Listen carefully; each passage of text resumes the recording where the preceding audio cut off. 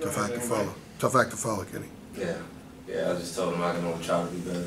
So when you guys are out there and you're in like that 19-0 run at State or something like that, thought ever enter your mind, hey, maybe this might be a time to call a timeout, or you guys just do what you do? Honestly, since I've been here, I've never thought about calling a timeout, ever. It's not even because the coach says not to, it's just he's going to call it when he's ready. And when he wants one, he'll tell somebody to call it, but I know his philosophy, if we can play ourselves into that hole, we can play ourselves out, and that's just what we had to do. We had to come together on the court and figure it out. Have you ever been surprised when he's called one? No. No, he knows when to call it. He knows when he needs to. So it just doesn't come as a surprise. Sometimes I need it, honestly. Kenny, he's been open in the past that really the only time he wants to call a timeout is when he senses that the team is maybe losing a little bit of confidence. Does that match up with kind of your experience, your memories? Yeah. The only time I can think of him calling a timeout would be like the last couple minutes. I honestly don't even remember him calling the timeout in the middle of the game. It's always at the end when we had to think of some strategy or something like that. But I don't remember many timeouts in the middle of the game. Hey, Kenny, what do you see out of Louisville? Like a big game tomorrow night, they're going to be looking for a marquee win over you guys. What have you seen on tape out of them that makes them kind of difficult? Obviously, they've got some very talented guards. We haven't watched any. We will watch some later today before practice, but we don't watch the tape a couple of days in advance. It's always the day before, and that's when we'll get ready and focus on Louisville. I haven't watched any myself. It's pretty much the same thing. Once I get to the hotel, I watch a little bit more, but really I just trust what the coaches say and use what I can after that. After they give me all the information, I take that into the game. Well, Coach, if you guys were able to get a few days off this week, how are your bodies feeling rested getting back to practice yesterday? I feel great. Personally, I feel great. I could tell the difference when I was shooting jump shots yesterday as opposed to maybe Friday or Saturday. There's a big difference in my lift on my jump shot, so I feel pretty good right now. So the offense has taken off in the past 4 games. You guys have been running a little bit harder. Is there a particular way that you guys have been able to push the tempo just a little bit more? We've been getting more stops.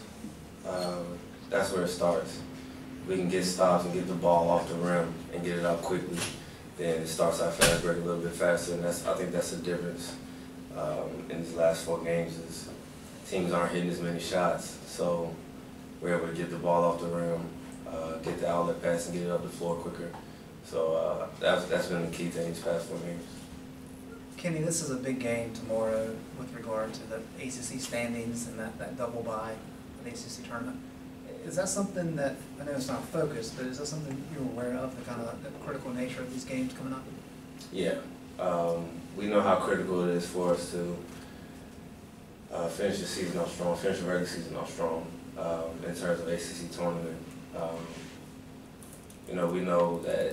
We know how critical the double bye is, and we just want to keep our momentum going. We don't want to let off the gas at all right now at this point in the season. We want to finish as strong as we can and take whatever momentum we can as the ACC tournament. To have that tough stretch of 3 games in 5 days for you guys and to be as successful as you were during that time, does that kind of add a little confidence heading into the final 4 games or whatever of the season for you guys? I think so. For everybody, we as a team we can see just how good we can be when we play with effort and we play with energy. We bring it on the defensive end, and we can use that going forward. And then individually, we had guys have some big games. I can particularly, and Joel's been consistent the whole stretch, and like Luke, for example, his game at State, he know he can take over a game when he needs to. Theo is Theo. Cam hit some shots. Cam made a lot of shots over the stretch, and myself started to make some shots, started to get into a groove. So as a team, I think we're starting to find our groove, you know, on both ends of the floor. And we can just take that, like I said, take that momentum into this final stretch. You just said Theo is Theo. What does that mean to you when you say Theo is Theo? Affecting the game.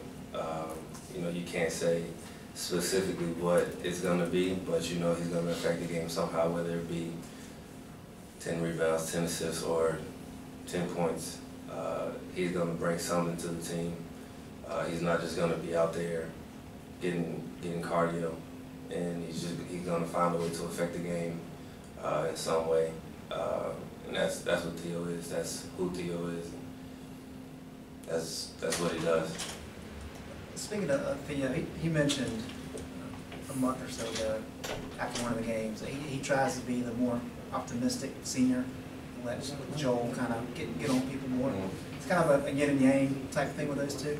In terms of leadership and what they brought as seniors, can you kind of speak to that dynamic? That's just what it is. You know, Theo, you'll have Joel. If it gets to that point, Joel will get on somebody. And he'll let them know what he's thinking, what's on the top of his head, and it's not always the nicest thing. But then, you know, Theo, you'll go to the sideline after Joel will get on you, and Theo will come and he'll offer some encouragement. Like you said, it's a yin and yang thing, they kind of balance each other out. But you know, Theo, he's always the one that's a little, I will say he thinks about what he says a little bit more. He tries to be a little bit more positive, but I mean, everything Joel says is a negative, but sometimes it just might have to be that way because of how competitive he is and how he might get angry sometimes. But yeah, those two do balance each other out, and I think it's great. It's the balance we need on this team, because you know sometimes you need that person that's ultra aggressive. But I feel like you always need that one that's going to offer the encouragement and be a little bit more positive. Can you take me back to that sequence of the State game where you hit the shot after they cut it to 2? I was asking Coach about it. It didn't seem like anybody called a play, or maybe Joel did, or it wasn't a play. It wasn't a play. It wasn't. It was in our freelance. I think Theo posted up on the elbow. We had been successful with him a couple of times in that second half. And Theo just posted up on the elbow and let the other 4 guys work off of each other. We got some layups off of it. But Theo found me on the 3-point line, and I pump faked because I knew he was coming out. I knew Allen was coming out hard, so I pump faked, and then I saw Dorn kind of come out, but at that point I had already got the shot into my pocket, so it was too late for him. And if he would have came out a little bit more aggressive, I would have kicked it to Cam. But he was a little late, so I got a shot in my pocket and I just let it go. And you know, once I let it go, I knew it was good. I didn't have any doubt. I knew everybody on the court didn't have any doubt. So that's just the kind of confidence we built in each other. Do you have to look at each other to understand that? Like, what is the cue to know? Okay, Theo's going to post up on the elbow, and this is what we're going to do. The first time, I was kind of surprised, honestly, because like in that set that we ran, the first time it was a set. Theo was supposed to go all the way to the paint and then post up, but he posted up on the block, and he asked for it, so I mean I just gave it to him, and we got a layup. That was the first time we got a layup. So Theo was like, okay, we're gonna keep doing that until they stop it, and we kept doing it, and we kept getting layups, and we kept working, and we stopped doing it for a little bit, but when we got to that crunch time, we went back to that to see if they could stop it, and we capitalized on it. So. Is there anything the world doesn't really know about Theo, or is he always kind of the happy, funny, fun-loving guy? What you see on the cameras is Theo. He's no different, whether there's a camera in or whether he's just with us in private. He's always going to be Theo. It could be one person around, it could be 100,000 around. He's always going to try to find a way to get a laugh out of everybody in the room. And you know, that's just who he is. He doesn't change up for anybody. Do you remember kind of your first impression, or when you first met him, went during recruiting and all that stuff? Does he kind of just take the spotlight in the room every time? I will say it was a little different when I first came recruiting.